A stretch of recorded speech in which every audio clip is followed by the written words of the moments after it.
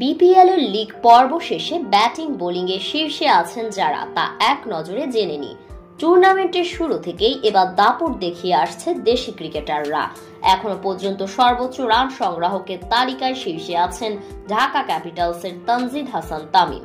Group পর্বের 12 match খেলে 485 run নিয়ে এখনো পর্যন্ত শীর্ষে আছেন এই বাংলাদেশি ব্যাটার। তবে ঢাকা ক্যাপিটালসের আর কোনো ম্যাচ না থাকায় তানজিদ আর কোনো সুযোগ পাচ্ছে না। তানজিদকে টপকে যাওয়ার সুযোগ রয়েছে এখনো পর্যন্ত সর্বোচ্চ রান সংগ্রাহকের তালিকায় 2-এ থাকা মোহাম্মদ নাঈম শেখের। 12 ম্যাচে 444 রান করেছেন এই ব্যাটার, অর্থাৎ তানজিদের চেয়ে মাত্র 41 রান পিছিয়ে আছেন নাঈম।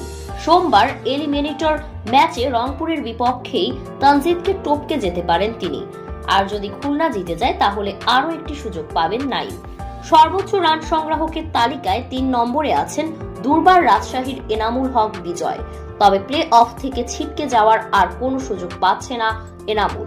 12 ম্যাচে এনামুল রান করেছেন 392। 4 নম্বরে আছেন সিলেট স্ট্রাইকার্সের জাকির হাসান।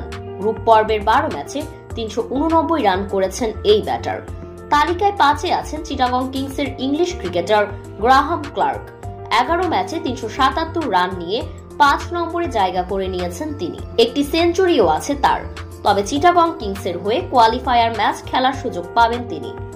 বল হাতেও এবারের বিপিএল এ দাপট দেখিয়েছেন তাসকিন আহমেদ। এখনো পর্যন্ত 25 উইকেট নিয়ে সর্বোচ্চ উইকেট শিকারীর তালিকায় শীর্ষে আছেন দুর্বার রাজশাহীর এই ক্রিকেটার। এবারের আসরে এক ইনিংসে 19 রান দিয়ে 7 উইকেট নেয়ার কীর্তিও করেছেন তাসকিন।